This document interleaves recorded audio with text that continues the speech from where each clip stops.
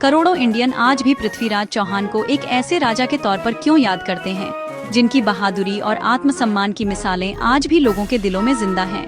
पृथ्वीराज चौहान ने सिर्फ अपनी तलवार से नहीं बल्कि अपने दिल, अपने जज्बे और अपने सिद्धांतों से लड़ाई लड़ी थी। उनकी लड़ाई सिर्फ मैदान में नहीं बल्कि हर उस जगह लड़ी गई जहां अन्याय और धोखे का सामना करना पड़ा। उनके आखिरी एक्ट ने सदियों तक अपनी छाप कैसे छोड़ी। उनकी वीरता की गूंज आज भी इतिहास के पन्नों में सुनाई देती है और उनकी कहानी हर पीढ़ी को प्रेरित करती है। आइए उनकी ग्लोरियस एंड के पीछे की सच्चाई जानते हैं और समझते हैं कि क्यों पृथ्वीराज चौहान का नाम अमर हो गया।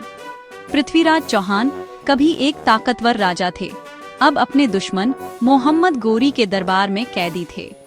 एक समय जिनके नाम से दुश्मन कांपते थे वही अब बेड़ियों में जकड़े हुए थे।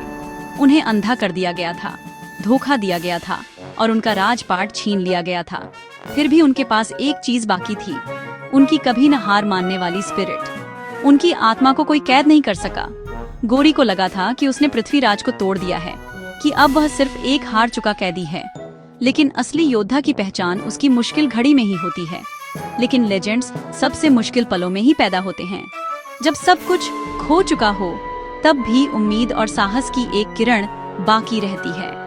अपने वफादार दोस्त चंद बरदाई के साथ पृथ्वीराज ने सही समय का इंतजार किया।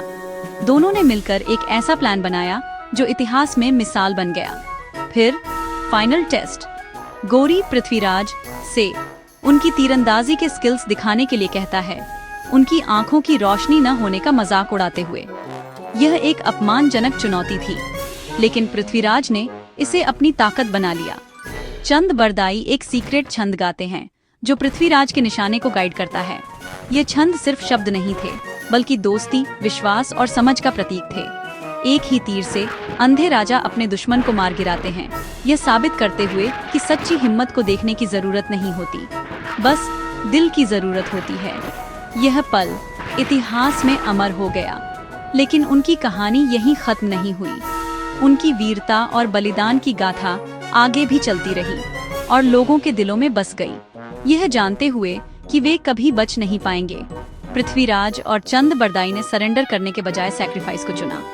उन्होंने अपने प्राणों की आहुति दी, लेकिन आत्मसम्मान से कभी समझौता नहीं किया। उन्होंने वीर गति को गले लगाया, ग्लोरियस डेथ, और हिस्ट्री में अपनी जगह पक्की कर ली।